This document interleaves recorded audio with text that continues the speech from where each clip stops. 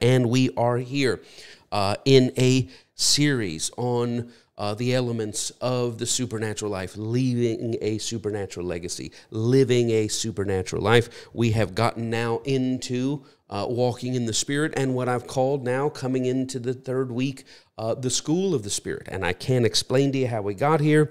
I know where we're going next, I believe, but we're going to pause. And the value of what is coming forth in this series. So many of you have reached out over the past couple weeks and said, wow, times 1,000, right? Wow, times 1,000,000,000. This is major stuff. And if you say, I'm brand new, somebody told me about this, we're talking about what it means to know God, what it means to live with God, what it means to walk with God, what it means to have a life that walks with God. And for many of you, you're saying it's like I've always known, but nothing like I've ever heard, and I'm excited to do that. And we've been for the past couple weeks in the Hebrew Scriptures, the story from the Hebrew Scriptures, rich history, rich narrative, rich human observation, divine injection into human observation, a tribalized, localized revelation of God, but a revelation of God nonetheless that shows us not necessarily the mythical story of a people and the tribal narratives for identity. All those things are very rich and very useful, but it is a people trying to hoist their sails into the winds of the divine mind and bring that divine mind down, and the rich legacy. This is not just a story about people long ago. It's a story about every person. And we're so blessed to have this rich narrative. But we've been talking about the children of Israel. We've been talking about the wilderness narrative. We've been talking about Deuteronomy chapter 8. We've gone into great detail, the threshold between the there and then of your old life and the there and then of your next life. You had a there and then that is fading out. The who, what, where, when, why, and how. The sun is setting on that. The grains of the hourglass are draining, and you're dawning upon now a new there and a new then. Maybe some of the old who, maybe some new who, right? Cindy Lou Who knew who. Maybe some of the old what and where. But even if you're carrying some of that old what, that there and then what into the there and then next, it'll be a what in a way you've never had before. But right in between the there and then that was, the there and then that shall be, is this sliver of, it's not even a sliver of time, it's a sliver of internal processing. It's an internal crossing over, an internal bridge that between where you were in that old paradigm and where you're going in the new paradigm, there is internal work, and it is a work of the Spirit, and the product of that work of the Spirit is this key revelation that we've been dealing with. And so we have said the produce of the work of the produce of the Spirit, if you will, the outcome, the outworking of the Spirit in these times of transition is in the Hebrew story, right? It's the place of bondage, the house of bondage, the house of Egypt, the place of not enough bricks. We got to make them. We got to do things, and we don't have the resources. Going through a land that's just enough. They call the wilderness, into a land that's more than enough, right? Here it's bricks without straw. Here it's daily bread that disappears before you can even get to the morning or turns rotten. But in the next place, he says it'll be bread without scarceness. Not enough, just enough, more than enough. And the internal work, there's things happening in our outer lives. We have an outer there and then that was, an outer there and then that shall be, an outer here and now that is. But internally, we're putting ourselves on a track. We're setting ourselves, the chassis of our lives, the train of our lives on a specific track, and that track is this. And say it with me, write it with me in your notes, however you can do it. God is with me. God is with me. There's your internal centering. There's your internal anchoring. There's you attaching yourself to ride that track in the Spirit. That internal revelation, that internal resolve, that internal resolution, right? God is with me. Thought A. Thought B. Regardless of my season or circumstance, it is well. God is with me. Regardless of my season or circumstance, it is well. You can put that in any order you want. Regardless of my season or circumstance, God is with me, and it is well. You can say, it is well, for regardless of my season or circumstance, God is with me. You can say, regardless of my season or circumstance, it is well, for God is with me. However you want to slice it or dice it, anchoring yourself, the there and then that was, the there and then that shall be, where you ride, how you settle. It's not about how is my career progressing, how is my family progressing, how how is my ministry progressing? What it's really about is how am I moving along the track with this revolutionary, revelationary, resolutionary,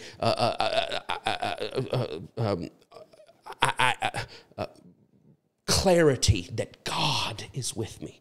And regardless of my season or circumstance, looks pretty bad in the land of not enough, looks kind of sketchy in the land of just enough. It doesn't matter. God is with me. And because of that, no matter my circumstance or my season, house of bondage, doesn't matter. God is with me and it is well. Wilderness, right? Just enough, with daily bread. It doesn't matter. I can't explain how my shoes aren't shrinking and my feet aren't. I can't explain any of that. I don't really have any answers. I know what not enough is. I don't know what just enough is. It's like a miracle every day, but God is with me and it is well. And where are you going next? Man, we're going to the land that flows with milk and cookies. Oh, that's a blessed land. Bread without scarceness. You'll not lack any good thing in there. Well, how are you going to live over there? God is with me. And when I had a low circumstance, I was never anchored in my circumstance. When I had a difficult season, I was never anchored in my season. I was anchored in the God withness of my life. And guess what? In this next place, even though there's an elevated season and an elevated circumstance, I don't anchor myself in the elevated season or circumstance.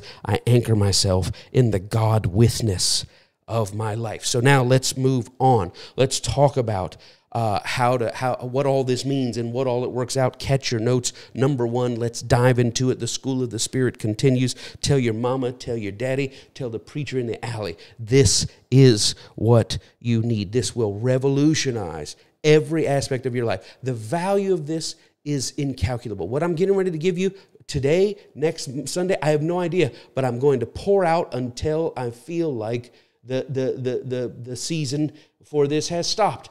And I'm going to give it to you. This is transformative. Catch it as best you can. We're coming right out of the Hebrew Scriptures. We'll be coming out of the Christian Scriptures in a minute. All that we're arguing is all that we're putting forth, all that we're positing comes out of God, right? Comes out of the cosmic love at the core and crust of the universe, of the cosmos, right? This transcosmic, sans-cosmic reality of God, the divine mind, the divine love, the divine source, that pulses that everyone already knows, but we have different articulations of it. A lot of that, we're talking about the Hebrew Scriptures. A lot of that, we're talking about the Christian Scriptures, but we'll also be talking about things that you know to be true intuitively because they are divinely implanted. Here we go. Number one, in your notes, flowing. Somebody say, I watched the replay. I don't really know what you mean by in your notes. Where are your notes? They're flowing in the chat live. For those of you that are able to join us live, they're flowing in the chat live, and they're coming down. And I'm not smart enough to keep them in the chat on replay, even though I try. This resolved, in your notes, this resolved revelationary, this resolved revelationary resolution. Somebody say, you're saying the same thing. Department of Redundancy Department. This is Matt. Resolved revelationary resolution. I don't even know if that's a word. It's a word here. This resolved revelationary resolution. What is that? God is with me regardless of my season and circumstance, and it is well.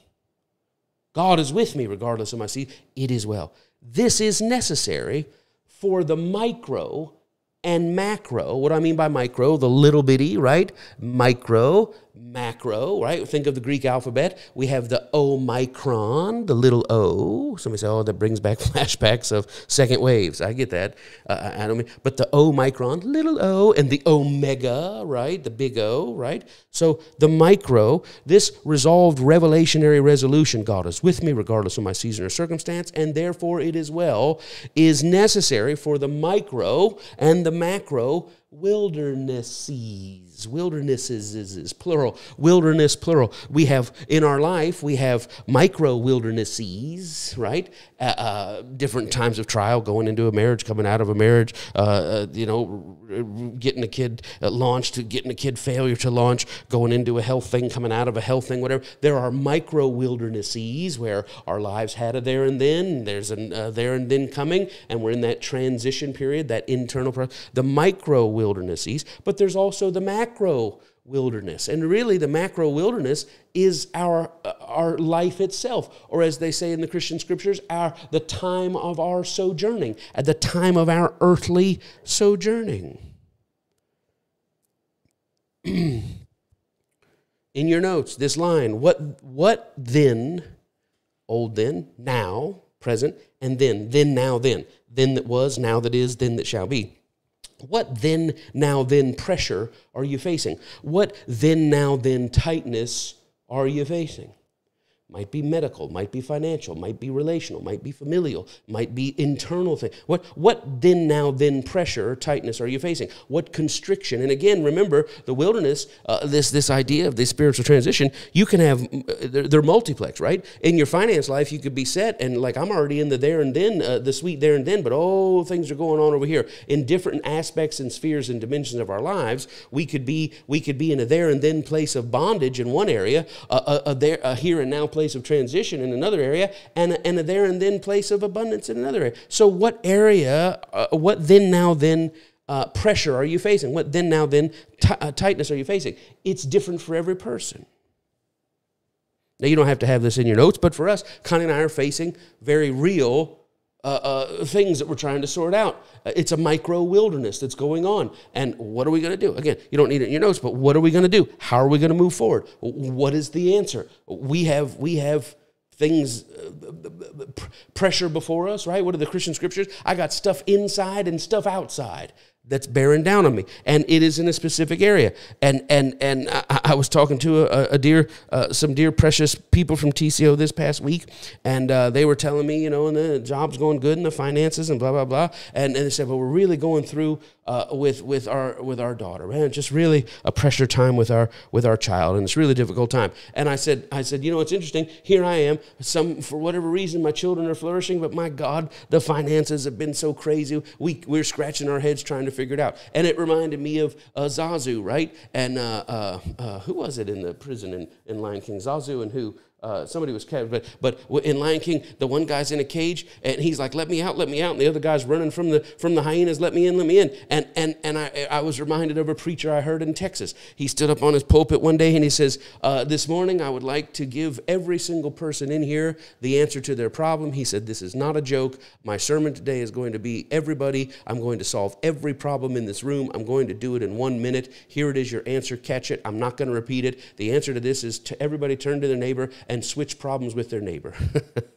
Why? Because everybody got the answer to everybody else's problem. I said, look at this. We're looking in a mirror, and you're telling me about your heart trial, what's going on with your children, while my children are shining in a season of richness. And look at this. I'm telling you about the financial impossibilities I'm facing, and your finances are. So we're all facing different things, right? What's the Rasta saying? Every man thinks his burden is the heaviest. We're all dealing with these things, but it doesn't matter the micro, tiny wildernesses. It doesn't matter the individual, differing wildernesses, how they can even be juxtaposed, right? It doesn't even matter if in one area I'm in a promised land, another area I'm in bondage I'm not even aware of, or another area I'm in a transition. It doesn't matter. This resolutionary, resolved, revelationary idea, God is with me regardless of what I'm facing in my problem, and it is well. Even though your problem may be inverted from someone else, God is with you regardless of, and therefore it is well. This revelation helps us through these micro, tiny wildernesses, plural, but there's also the big wilderness, the cap W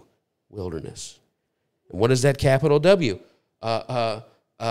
It's something in your notes. It's so we're all facing different things, but also not in your notes, but we're also facing the same thing. In your notes now, we're also facing the thing. It's the same thing for all of us. What? It's this same anchoring. God is with me. It is well, regardless of my season of circumstance. Regardless of my season or circumstance, it is well, for God is with me. However you want to say it, this anchoring carries us all across the final threshold into the ultimate there and then. Think of that. We're not only in the small micro parts of our life, an old job, an old marriage, an old situation, a thing like this, a next thing, a next dimension, whatever. We're not only in those, but all of us in life, in this human existence, are passing through this time of transition. The then and there, where we were known before the foundation of the world, that is behind us. There is a then and there that's ahead of us that we don't know anything about, only that we anticipate that it's glorious. And this human life itself, the macro, the big wilderness. I don't care if you're eating good and living good, we're all facing that transition. I don't care if it's really difficult and like one guy said, how's life? He said, each day is better than the next, which is such a brilliant thing. How's life? The guy said, it's taken forever. I mean, it doesn't matter where you are. It doesn't matter if you're high on the hog or eating low on the pig feet. It doesn't matter. We're all in this wilderness of our sojourning. And what are we doing in this life? Whether it's a rich life full of richness and great memories and picnics at the lake and noodle salad, or whether each day is a summoning of the will, the plumbing of the depths of the Spirit of God in you. God, just get me upright and get my feet on the ground and get me out of this bed to move forward. And it doesn't matter the dimension that we're experiencing this wilderness. All of us are in this earthly wilderness. And listen, what did the great Lizard King say? None of us gets out alive. No one here. It carries us to the ultimate there and then. The wilderness in the New Testament, I just mentioned it, you don't have to have it in your notes, but I just mentioned it, is the metaphor is the time of our sojourning, the time of our earthly sojourning. In the New Testament scriptures, it takes the children of Israel story and doesn't say, it says, well, you've heard the children of Israel story, what happened to them, but really it's a metaphor about the time of our earthly sojourning here. So death approaches. The next there and then, a mysterious there and then, something we could have fear about. But why don't we fear it in the time of our sojourning? Because what carries us through the micro-wilderness, God is with me, regardless of the season or circumstance, it is well. That same resolved, revelationary resolution carries us through the macro-big wilderness. You know what? I have God with me in the here and then. Aren't you worried about the here and now? Aren't you worried about the next there and then? Not really. Why? Because I ride the same track in the there and in the here and now that I'm going to ride in the there and then. What am I in the here and now? Whether I'm eating high or eating low, whether I'm the fox or whether I'm the rabbit, whether some days I'm the fox that gets to eat or the fox is too slow, or some days I'm the rabbit that gets eaten or I'm the rabbit that outwitted that old fox. It doesn't matter where I am, regardless of my season or circumstance in this earthly life as I pass from the world that was into the world that shall be, God is with me, regardless of my season or circumstance, and it is well. You see, it's the track that never changes. The there and thens change. The here and nows change. The there and thens change. But the track that we ride on, in the Spirit, in our highest selves, in the revelation of the delicate balance between the material and the immaterial, anchored in the immaterial, so that we might fully engage and experience the material world, that we are spirits in the material world, that we are here now, and the anchoring on the track in the sojourning of this earthly life. God is with me. What's going to happen when you die? I don't know. What's next? I don't know. Aren't you scared? Aren't you scared? No, because what I know, I've attached my train in the here and now to the revelationary.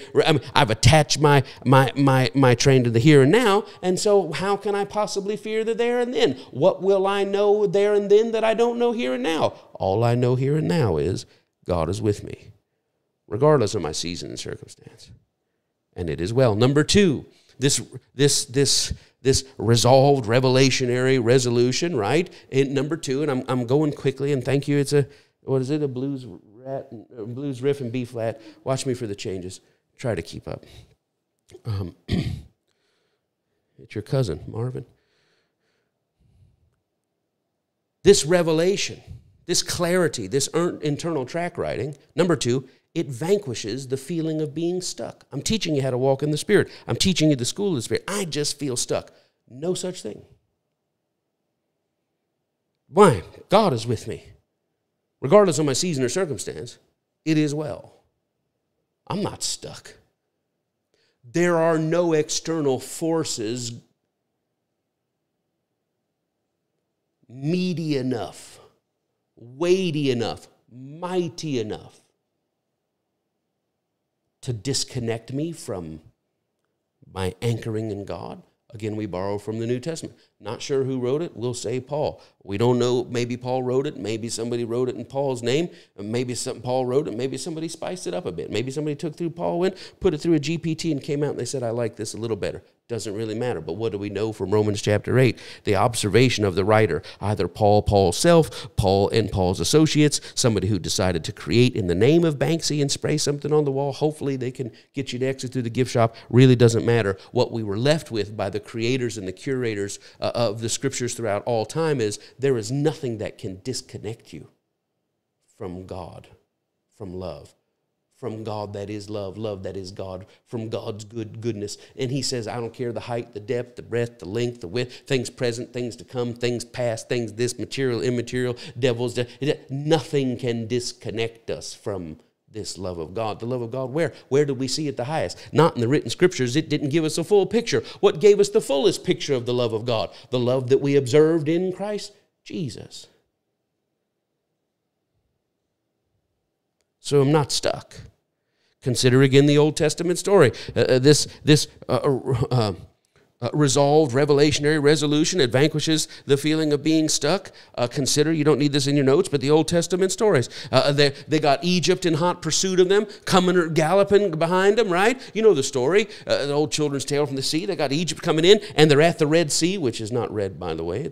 It's a beautiful Bahama blue, a Caribbean blue. And they're at the Red Sea, and they don't know where to go, and they're stuck. And the Hebrew story says that Moses had the Egyptian people behind him and all behind the children of Israel. Moses is at the Red Sea. How are we going to possibly get across here? I got little ones and livestock and everything else I got. How am I possibly going to get across here? And it says that Moses cried out to God, God, what do we do? And God said, why are you looking at me?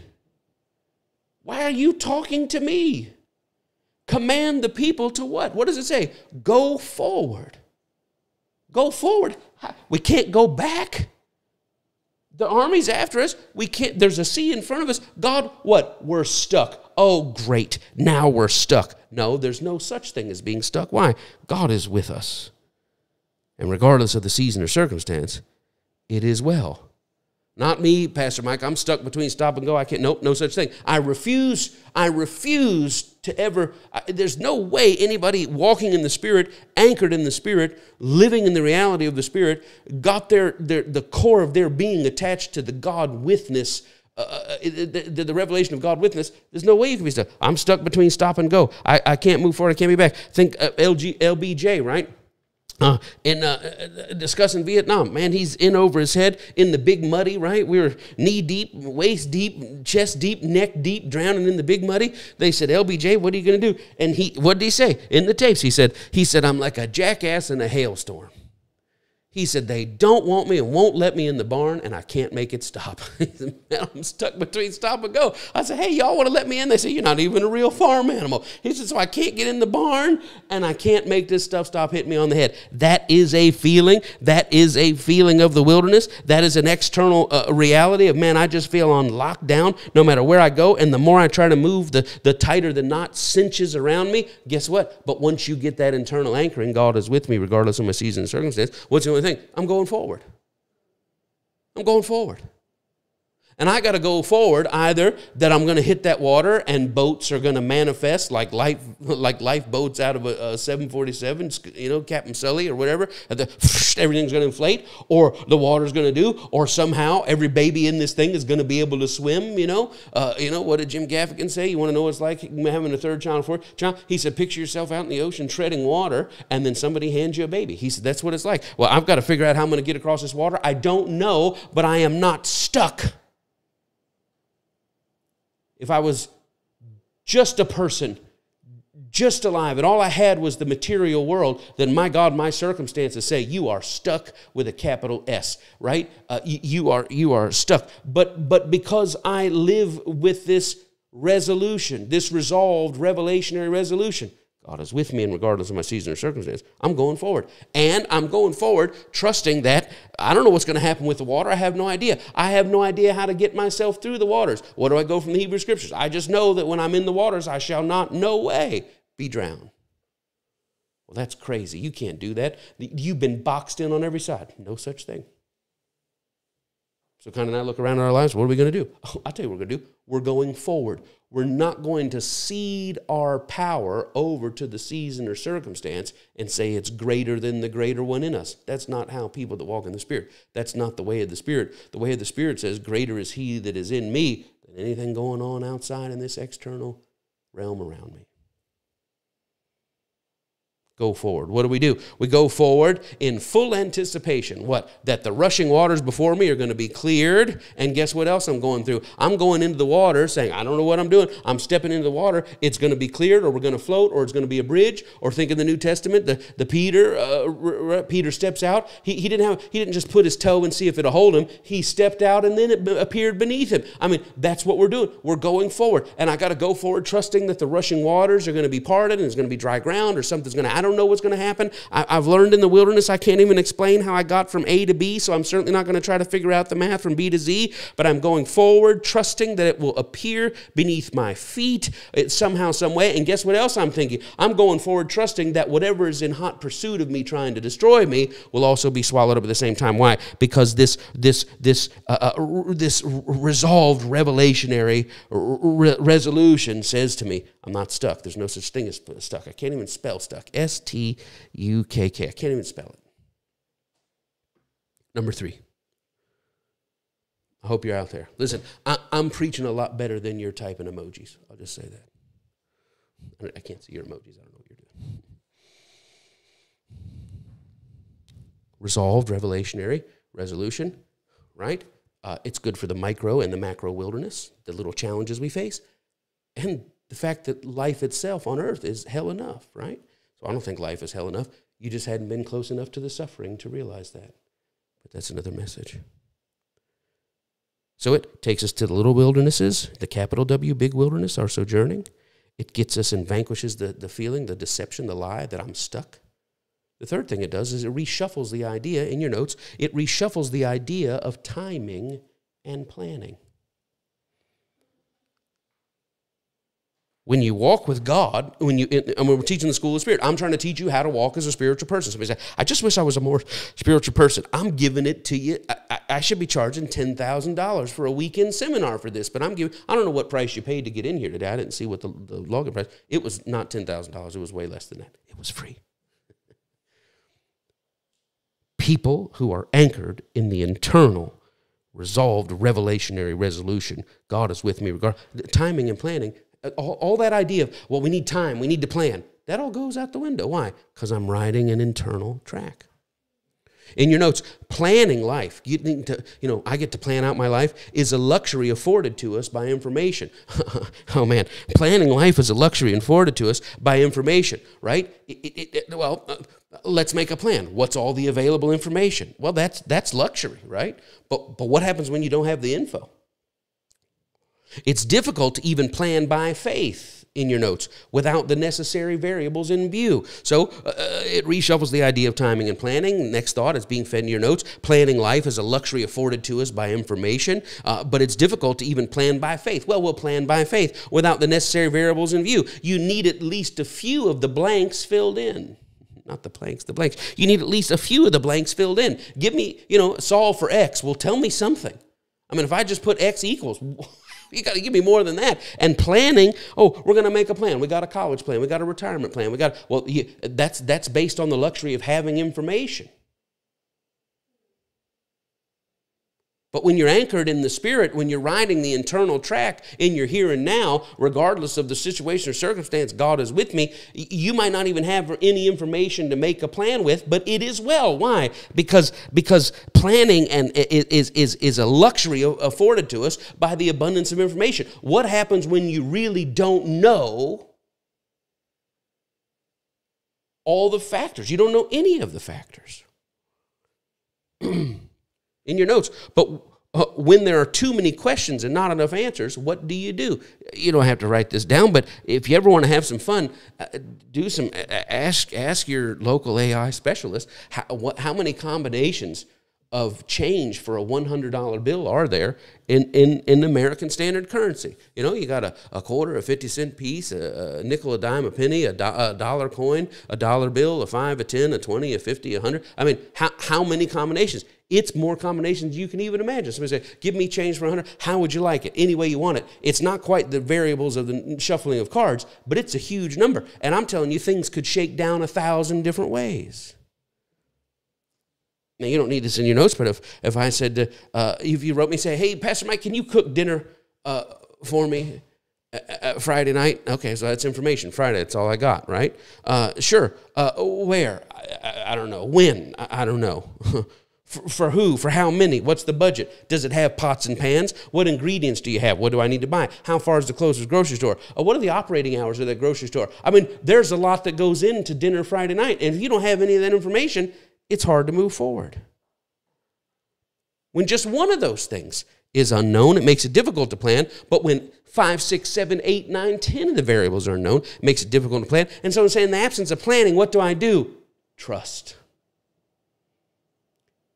I don't have information, so I can't formulate a plan. And with no information and no ability to afford a plan, what do? Trust. Sometimes it's not that we don't have any information. It's just that when we shake the 8 ball of our information and we get the information, all of the information points to doom. All of the information points to our undoing. So sometimes it's not that there's just non-information. It's that we've got the information, and every bit of information says, I hope you're not planning anything here, are you? So how do you deal with planning when there's not enough information, or when all the information suggests the army's going to destroy you and the Red Sea is going to swallow you? What do? You move from planning to trust. How do I move from trust? Because I'm anchored. God is with me.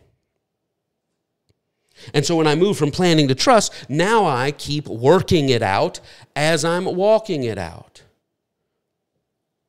A couple years ago, Connie and I were facing a move. We didn't know which way we were going to go. We didn't know what we could do, what we could afford, what we could do this and that, and we just didn't know what was happening. The whole 2020 thing and the bottom of our lives fell out, and in the middle of that, we get this clarity, and then we thought, well, this would be great. We'll take it to everybody, and that turned out to be not a great idea. And so we just didn't know what we were going to do. And we said, well, we've got a plan. What's the plan? How much money do we have? 0. How much credit do we have? 0. How much do we have this and that? 0. Where do we need to go? 0. We had no thing. And so what do? We trust. And what do? We walked it out. Well, right now, we're 4 weeks out from having to move. Here is the best plan we can make. We have a 3-week out plan, a 2-week out plan. We have a 24-hour plan. What is the plan? All of it is trusting what? We're going to walk it. We're going to work it out as we walk it out. Sometimes that's the best you can do. But I'm not stuck. And I'm not going under. This is a micro wilderness. It's a small wilderness. It's a small wilderness, which is symptomatic of the big wilderness of human life. But whether I'm looking at the small or the big, God is with me. It is well, regardless of my season or circumstance. So you're not stuck? Not stuck. Well, what's the plan? The plan is to trust and to walk it out, to work it out as I'm walking it out. Think of Abraham, right, in the Hebrew Scriptures. You don't have to have this in your notes, but what did God say? Go to a city that I will tell you of, a land that I will tell you of. What do you mean a land? We're talking right now. You can't tell me now? Just go to a land that I'll tell you of. Fine. Is it a land in the north, the south, the east, or the west? Just go. Should I go left or right? Just go. Which foot should I? Would you just go? How do I go when I don't know? In the absence of information, what do you want me to do? Trust.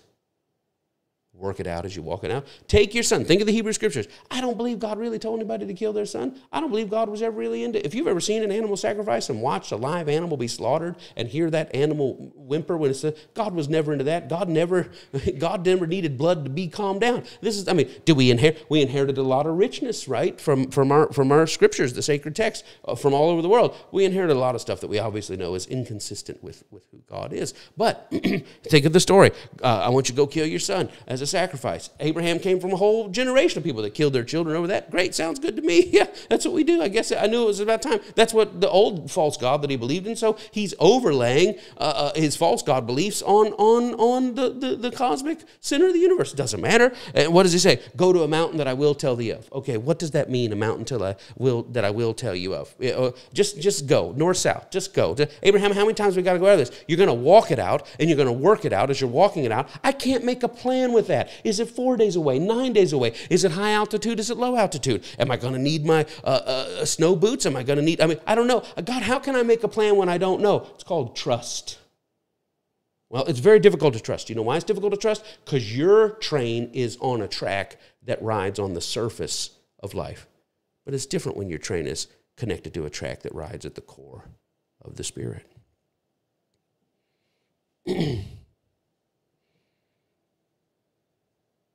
And what happened?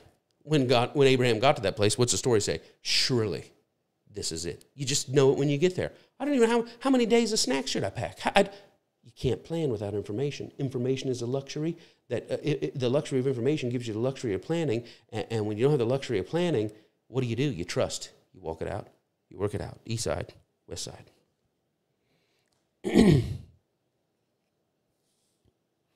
Saul of Tarsus. Christian scriptures now. Go into the city, into this house, and it shall be told you there what you must do. What is this partial information? I feel like a teenager. Like God's like a teenager saying, so how was the dance? It was good. I mean, there was that one thing. What one thing? And listen, when your teenager's talking to you like that kind of stuff, don't jump in and go, what? Oh my, what? Because you're not going to get the rest of the information. Go, oh, wow, really? Wow, okay, good. What happened then? Well, then that, and then they snuck out, and then I think they had whippets or whatever, because I know they had CO2, and it's like, and don't get into what's a whippet. Google it later. Say, oh, wow, well, yeah, so anyway, they thought so-and-so had died. Died? What do you mean died? See, I told you, shut your mouth. Let them get it out. And don't ever ruin that communication. You're the safest place in the universe. The day they feel like there's a better covenant of camaraderie among those who are ill-informed about the goings-on of life than of bringing it to you who at least have a little miles and their best interests at heart. And God's like, yeah, I guess, kind of go into the city or whatever. I'll tell you stuff later. God, we're talking now. I've been blinded by the light. The calliope, you understand. Tell me now. I'll tell you later. I'll tell you when you get there. Tell me when I get there. How long is that going to, you got to disconnect yourself. Because sometimes when you got a bunch of information, I'm a real detailed person. I like to plan. That's awesome. And sometimes there are places where you have abundant information and you're so controlled and you know the money and the place and the people and the time and how much time and your work and you did it and your PTO and what you're owed and you know all that and you can just make a great plan. Other times in life, you got zilch.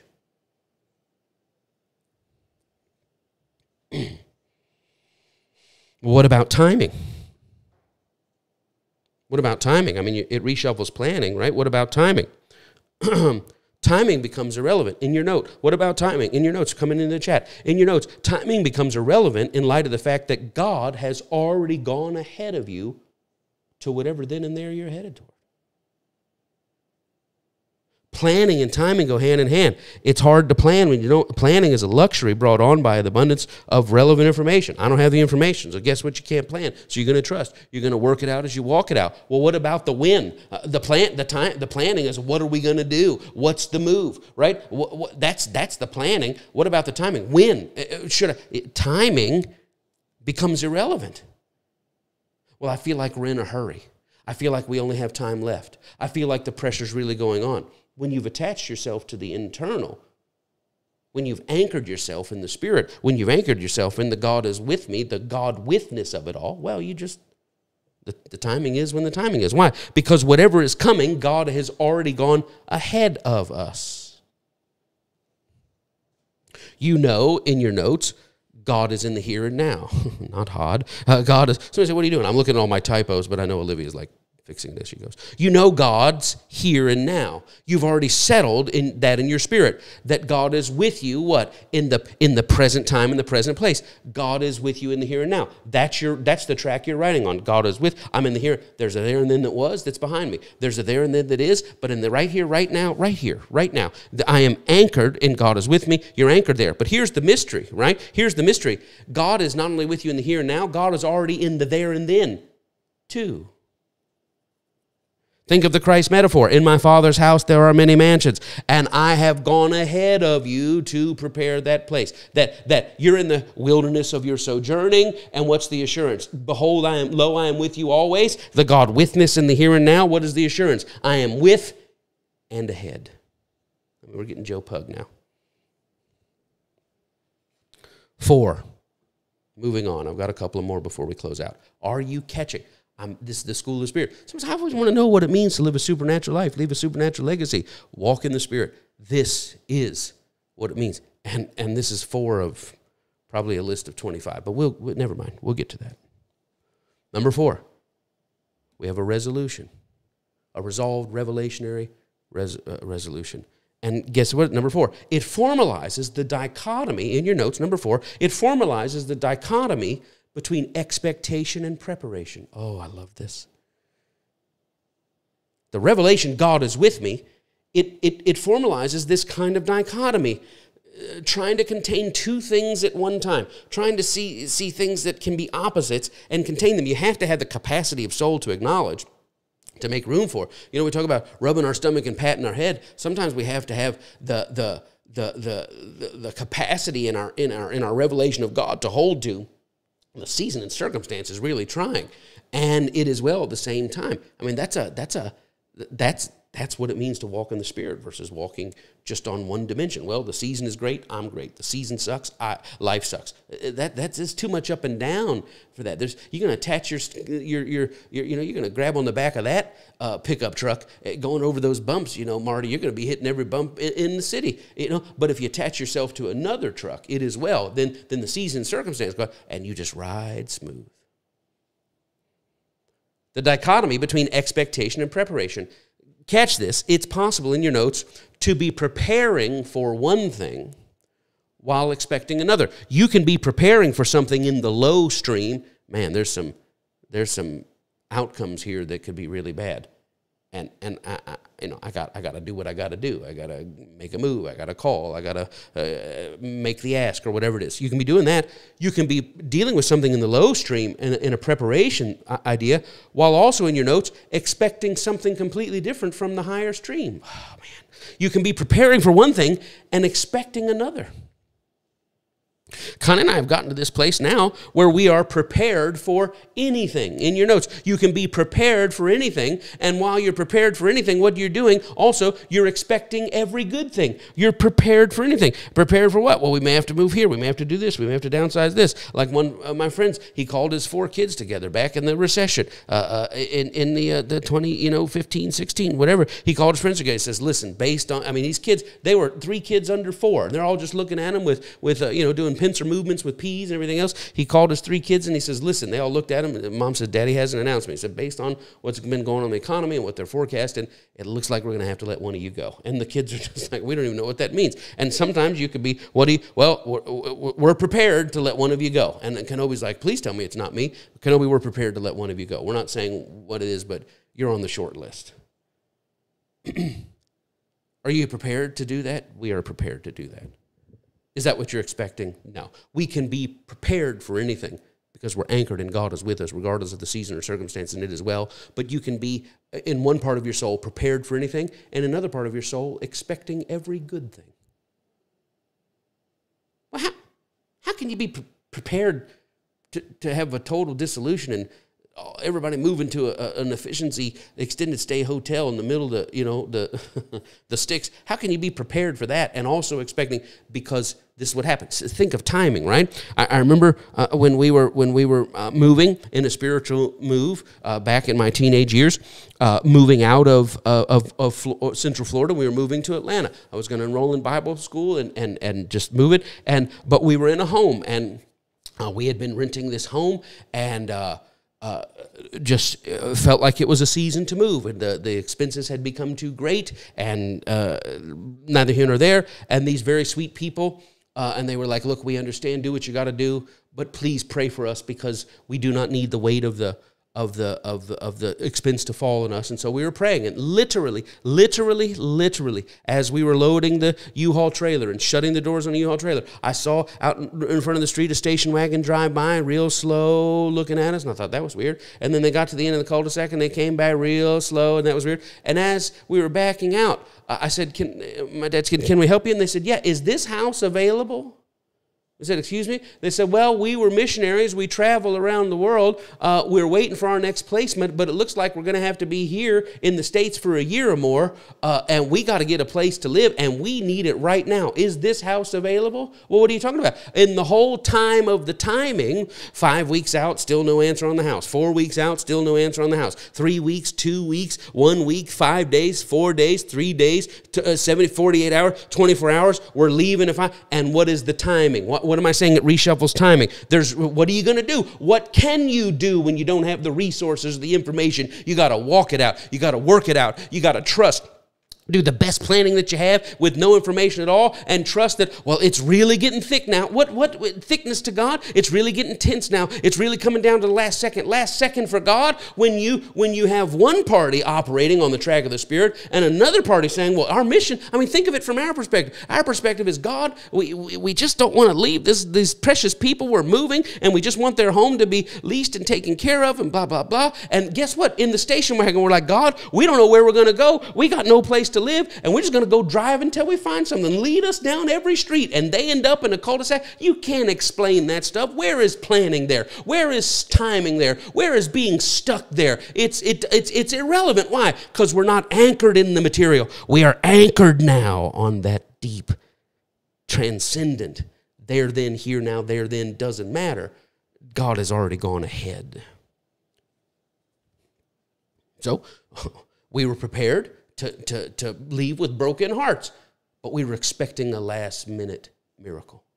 This family might have been prepared to stay in their station wagon or to leave their stuff in storage. I don't know what they were being prepared for one thing, but they got in that car expecting every good thing. The dichotomy between expectation and preparation.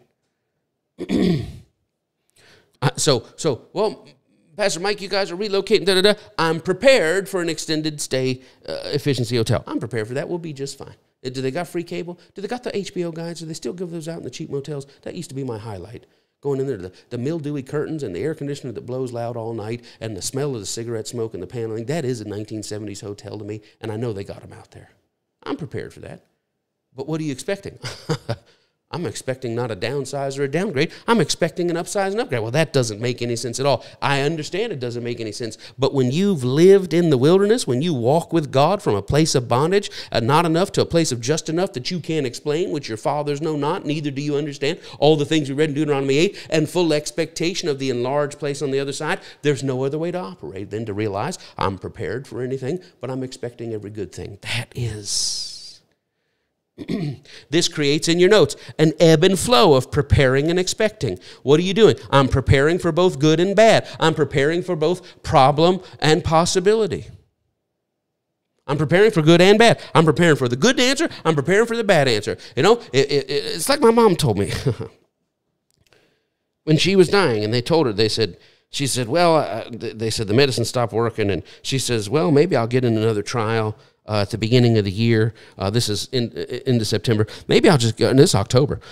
Well, I'm thinking maybe I'll get in a trial, a new clinical trial first of the year. I just need to take 2 months off from the medicine. And maybe I'll do that and see what that happens. And then after a year, I'll regroup. And the doctor said, ma'am, a new clinical trial in January, ma'am, you won't see Christmas. The time for clinical trials is over. I said to her, I said, Mom, what are you doing here? I only know how to pray for a miracle, Mom. I'm still praying for that. And she said, well, Mike, I've already talked to God about that. She said, either God's going to heal me and do a miracle and I'm going to have more life, or son, I'm going to die. And she said, and I figured I've tried to do my best to teach you how to live with dignity, and I guess if that's what's happening, I'll teach you how to die with it as well. Is it a miracle or you die? What's the? You can be prepared for anything and simultaneously expecting every good thing.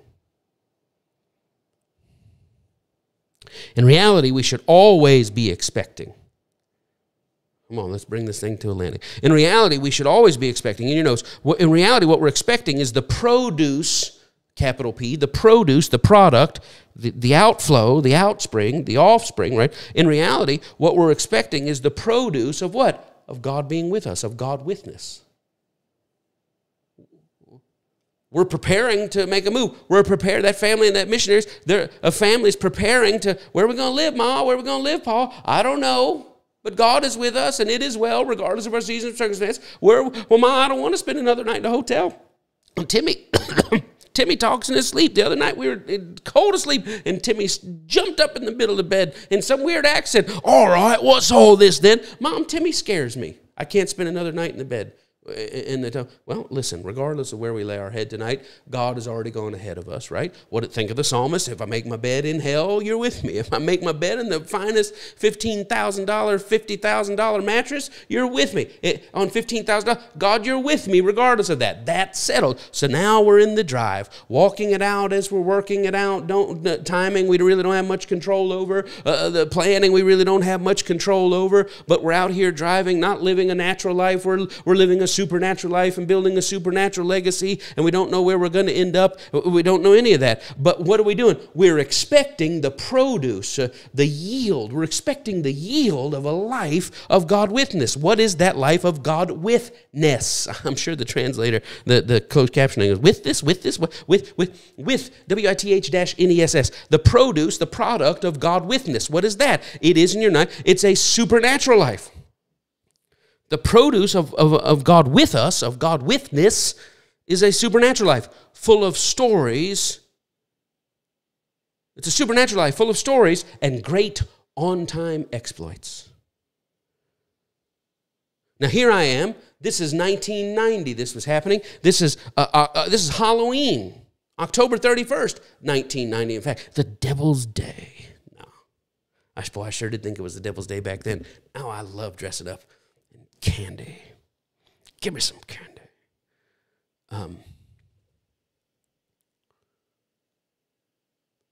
This is October 31st, 1990.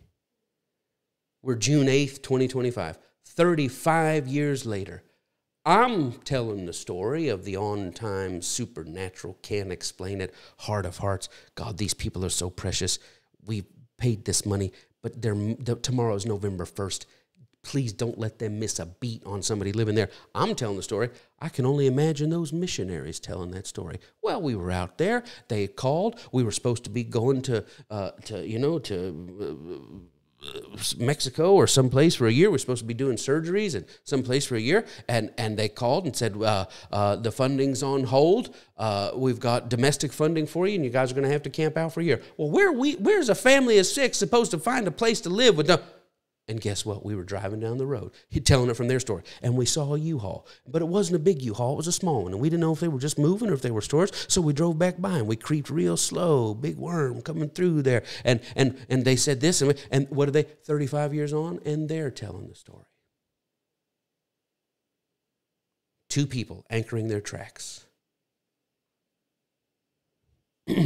Last one for the day. Number 5. In the school of the Spirit. Everyone passes their nights. In your notes, everyone passes the nights with one of 2 visions running through their heads.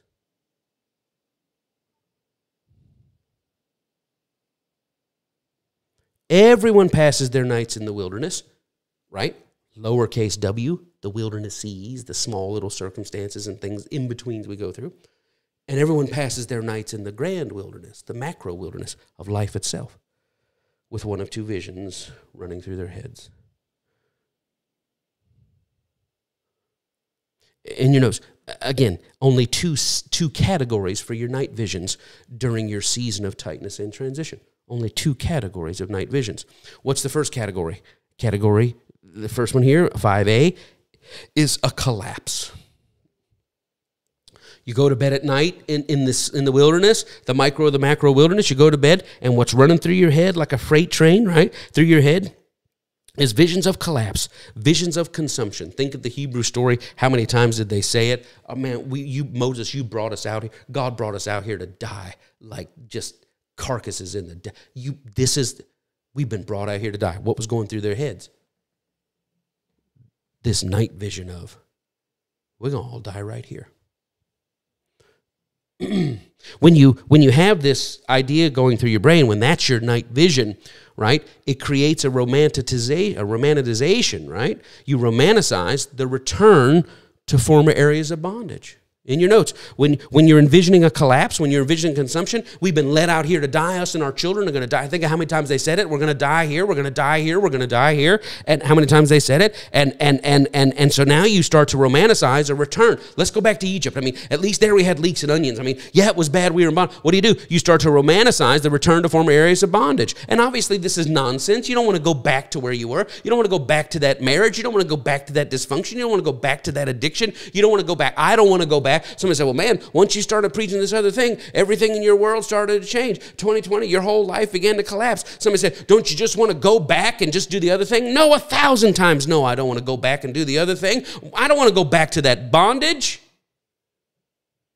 And I'm not going to let any threats of consumption. We're all going to just die right here out in the thing, and it's just going to be that the rest of my life is just crashing and burning. That's the night vision, and it says maybe we should just go back and just be in that false life that we were. So this is what they're saying, right? We just go back to Egypt. And what they make the false god for? They made the golden calf. Now, this can lead us back to Egypt. And what is Moses saying? Stop! Stop! Man, I'm taking you to a place where there's gold in the hills. You don't need this in your notes. Man, they got home theaters there. He's like, Johnny, you like movies? I love movies, Moses. You like big, loud movies? I love movies, Moses. Man, they got home theaters there with Dolby 7 rumble seats there. When you play Switch 2 Mario Kart, man, it feels like your whole... Why, you want to go back to Egypt, man? You want to go back to that bondage? That 13-inch black and white TV with the rabbit ears and the foil? Why are you romanticizing going back, man? The answer is forward. God has a there and then that's glorious to us. And this is the stretching and the straining and the struggle of the night visions. I mean, have you not read the descriptions of the promised place in Deuteronomy 8 and Deuteronomy 28? Have you not read the gold and the water and the houses filled with goodly things and wells you didn't dig and homes you didn't build and I mean they're just maxing it out and whatever that vision of that is, it doesn't. I mean it's like saying, my God, they got outhouses that are so close you barely get cold when you step outside to pee at night. Well, that's probably very exciting for them. Not so exciting for us now. But the point is the vision. You could go to bed thinking we're going to die here. Maybe we should go back, or you can go to bed dreaming of that next place. What do you say in Princess Bride? Sleep well and dream of large women. He's saying this next place is exceeding abundantly above all that we could ask or think. What do we know from the Christian scriptures? According to the power that works in us, that love, that revelation of love he talks about in Ephesians 3. We'll get to that later. And why not? Why should they not go to bed? Why should we not go to bed every night with visions of, instead of visions of consumption, why should we not go to bed every night with visions of great deliverance and great breakthrough? Why not? Why should all of us, from the riches of the rich to the suffering of the suffering, why should we not all of us go to bed dreaming of a brighter tomorrow? Have you ever compassionately considered the impossible and pitiful plight that befalls the suffering in our world? Can you not at least envision that the horrible things that happen to people in this world, the pain and the suffering that goes on in this world, can you and I not envision that if this is the suffering and how great it is, that there's a mirror opposite of goodness to that suffering? Of course we can understand that. That's how human beings operate. It seems a reasonable form of resistance that you would go to bed in the middle of your pain and go to bed splitting up bread and morsels and the kids eat and the parents don't, or the mom and dad eat a piece of bread every other day. You can go to bed with one of two thoughts. We're going to die like this. That was the last time. Or you can go to bed thinking tomorrow we're going to have a loaf of bread between us. I mean, which way are you going to go to bed? What did Will Smith say, right? Why would I limit myself in my own dream? There's a whole bunch of worlds out here telling me what I can't do, and the world in that reality will tell you what you can't do, but in my inner world I can dream as big as I want to dream. Now, on a side note, if you say, well, I really don't think about the plight of the suffering, then it's likely that your false religion is stunted by false Christianity and everything else. But I'm telling you, once you get out of that weaponized, I'm on the right team, going to the right place, you're finally able to engage with true Christianity, true followers of Christ, truly what it means to know Christ. And it really is being preoccupied with the plight of the suffering. Why? Because you realize they're carrying a greater burden over the... Well, I have hard times. Yeah, well, you suffer, but others are suffering, but that's a whole different thing. Yet in reality,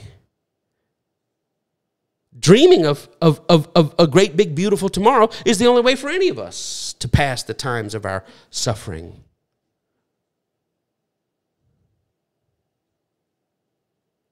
I mean, have you considered the descriptions of heaven in the Hebrew Scriptures?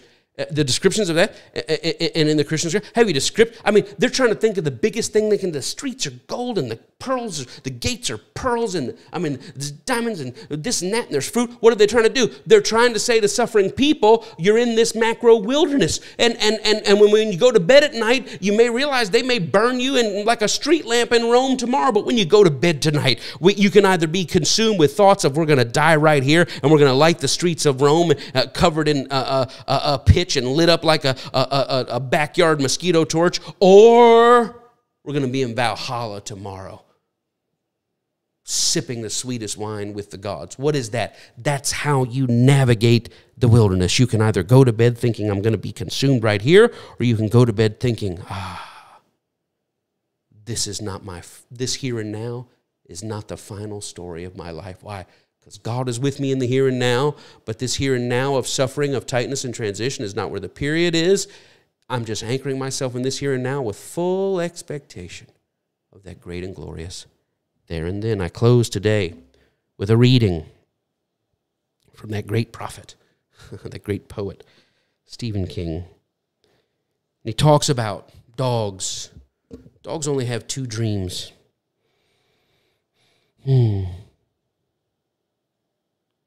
I read this and I close because I think it's beautiful. The wolves had come for him. This is for Kojak. He's a dog.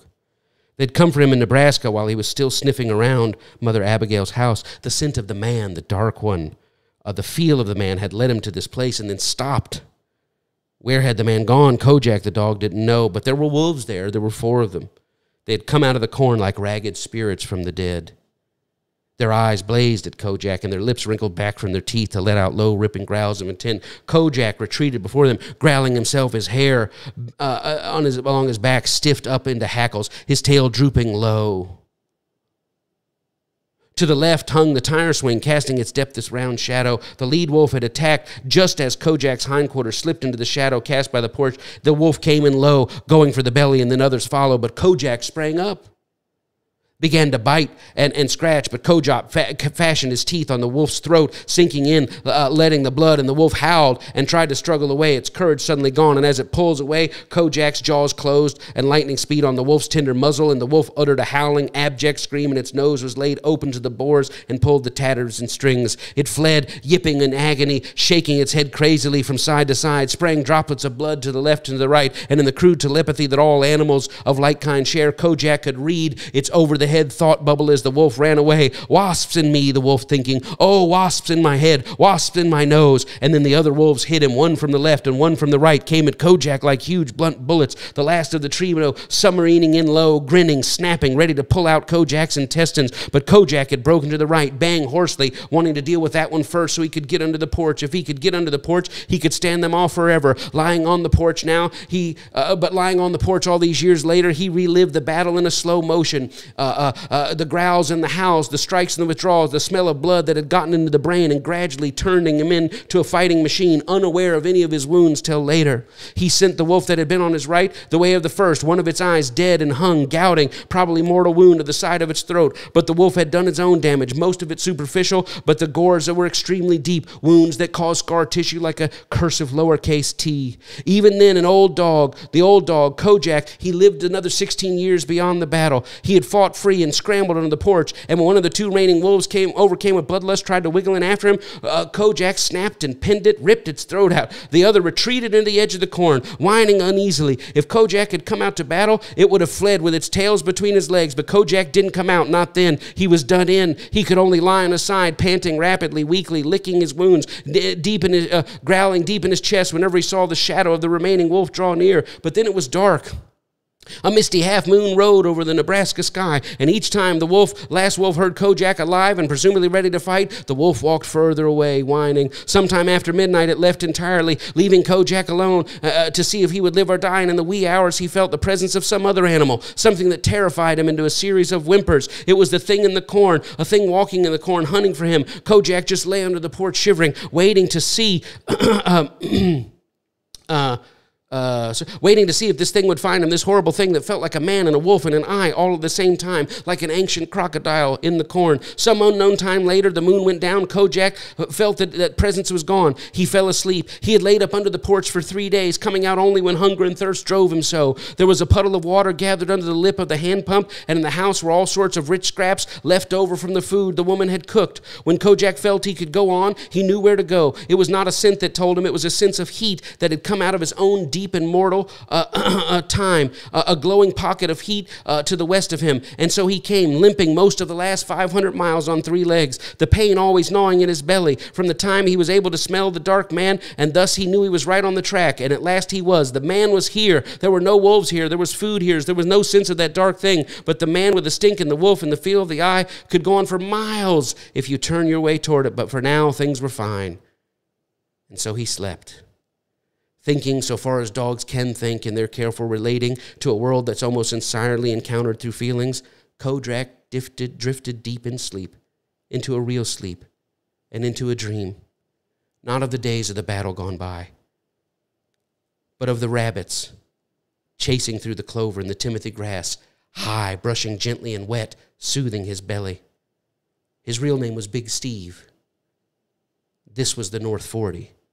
And there were rabbits everywhere on this gray and endless morning. And as Kojak dreamed, his paws twitched. There are battles, there are nightmares, there is shame, there is things that we have been through, and the pressure of the wilderness says you're going to die like that, your life is going back, you're going to be crushed. And those things flood our head. But you do have a choice in this sojourning.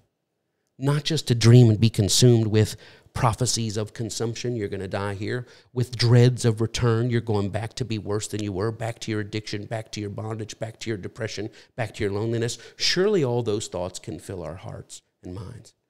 But there's another thing to dream about. Rabbits in the wet grass, west and wee waxation at west. There's a promised place, a land that flows with milk and cookies, a beyond, beyond the beyond. And a beyond that's so then and there we can't relate to it in the external, but it's here and now in our spirit because we are of the Spirit and because we walk in the Spirit. And like dogs, we can go to sleep just like Kenobi. Sometimes Kenobi is in his dreams running from something, and we hear him. And sometimes he's beagling at the highest level of beagling. And in this resolutionary, revelationary, resolved decision, God is with me regardless, and it is well. People that have that revelation, they don't go to sleep thinking of consumption or return. They go to sleep dreaming of the field of rabbits, dreaming of the promise of that next place. That's how spiritual people move, prepared for anything, expecting every good thing, because God is witness. That God witness produces that life of stories of great exploits that defy timing, defy planning, defy stuckness. It's just what the Lord does, and no human can take credit for it. It is of the Spirit, and it is marvelous in our eyes. Okay, that's all I have. Thank you for your support. If this is blessing and transforming your life, you say, man, you really blessed me today. Then we thank you. Man, you're serious. It's been so good. Then thank you for being a blessing to us and to our family. You can reach us all there. Your support creates value. My God, we're pouring out everything that we can pour out for the enrichment of your life. And I thank you that if something hits you whenever you watch this, you might be watching this 5 years after it was done. You say, man, I don't know who this dude is. We thank you. We hope you've been blessed. Thank you for being a blessing. And we pray blessing on you in return. Thank you. More importantly, this is a church.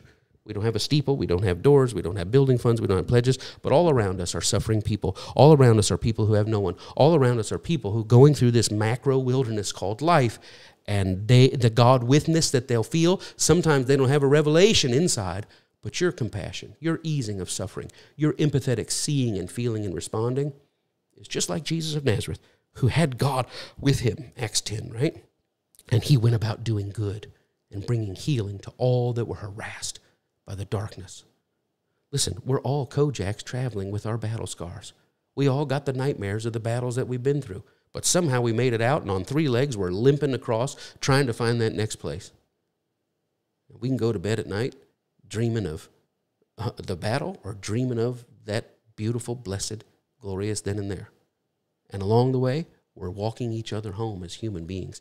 And every person you see, and every person you meet, and every person you help, and every person you're kind to, red, yellow, brown, black, white, LGBTQ, religion, no religion, it doesn't matter. Human to human. Say, I don't have a revelation of God, but when you show up full of God's sight and love, not weaponized, I got to be nice to them to get them on the wrong side before God really beats the stuffing out of them, all that false contra Christ stuff, we've set it aside. And now we are the true embodiment. We're going to walk through this life bringing love everywhere we go. That's what this church is about. And that's what you're about. Well, I need a write-off. I got 50 grand. I just sold a thing, and I'm trying to get a tax write-off. Can't help you. Can't help you. I mean, 50 grand. If you want to send 50 grand to us, thank God for it. Do what the Lord's leading you to do. I don't want your 50 grand.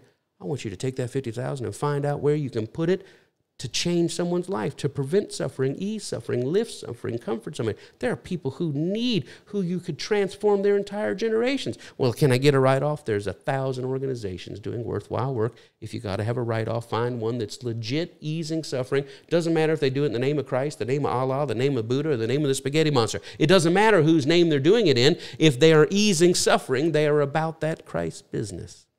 They're about your business. They're about all the religion you need. The religion you need for yourself is anchoring yourself in God witness. The religion you need for this world is going out to bring that love to the whole world. There ain't nothing else to it. And that's what this church is about. Amen. Peace, health, protection, preservation, soundness, abundance, aboveness, joy, lifting, sweet dreams of fields and rabbits be upon you and yours. I bless you. In Jesus' name. Amen. Make it great. The School of Spirit continues next week. It's going to get gooder and gooder. Love you all.